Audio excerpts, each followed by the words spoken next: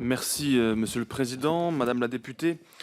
Suite à l'adoption de la loi sur la vente des terres agricoles ukrainiennes entrée en vigueur le 1er juillet 2021, des sociétés étrangères auraient acquis une très large partie des territoires cultivables d'Ukraine.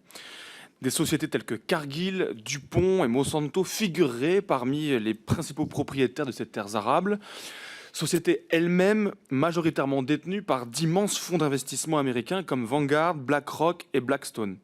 Alors, Madame la députée, vous n'ignorez certainement pas ces informations qui font l'objet de vives controverses. Je souhaite donc savoir quel est votre avis sur cette question susceptible de remettre en cause la transformation économique future de l'Ukraine que vous évoquez, puisqu'elle serait en grande partie dépendante d'intérêts privés étrangers à la nation ukrainienne. Je vous remercie.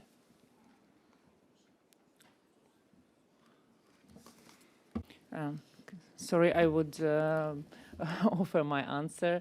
Maybe Yulia would add.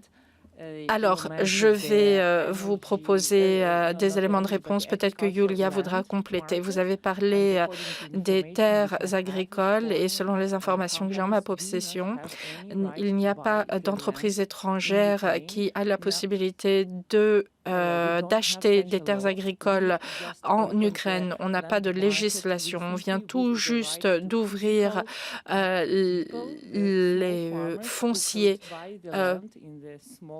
en Ukraine pour l'achat par des particuliers de petits pans de terre, quelques hectares peut-être par personne, mais c'est tout. Le marché du foncier pour les personnalités,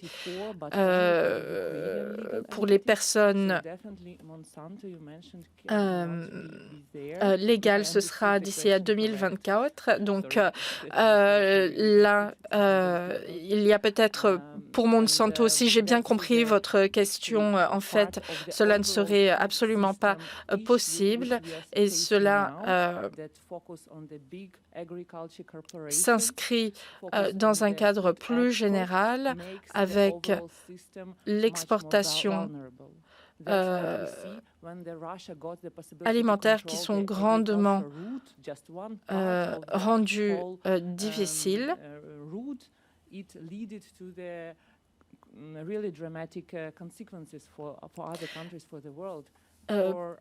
Pour d'autres pays, pour le monde entier, il y a une vraie question de sécurité alimentaire en ce moment qui se pose et clairement, le système d'approvisionnement mondial en matière d'alimentation devrait être complètement changé.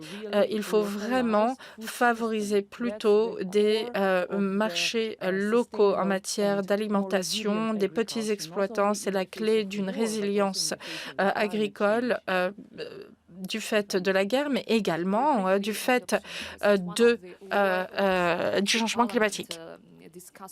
Alors, le Parlement on a discuté pendant plus de 6 mois et c'était l'une des réformes difficiles dans notre Parlement. Mais en fait, avant que cette loi ne soit adoptée,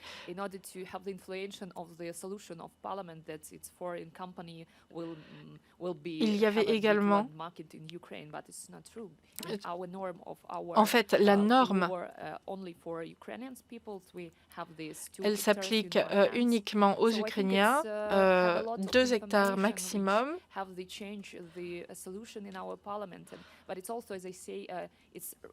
Comme je le disais, c'est vraiment l'une des réformes les plus difficiles, mais également les plus progressistes de notre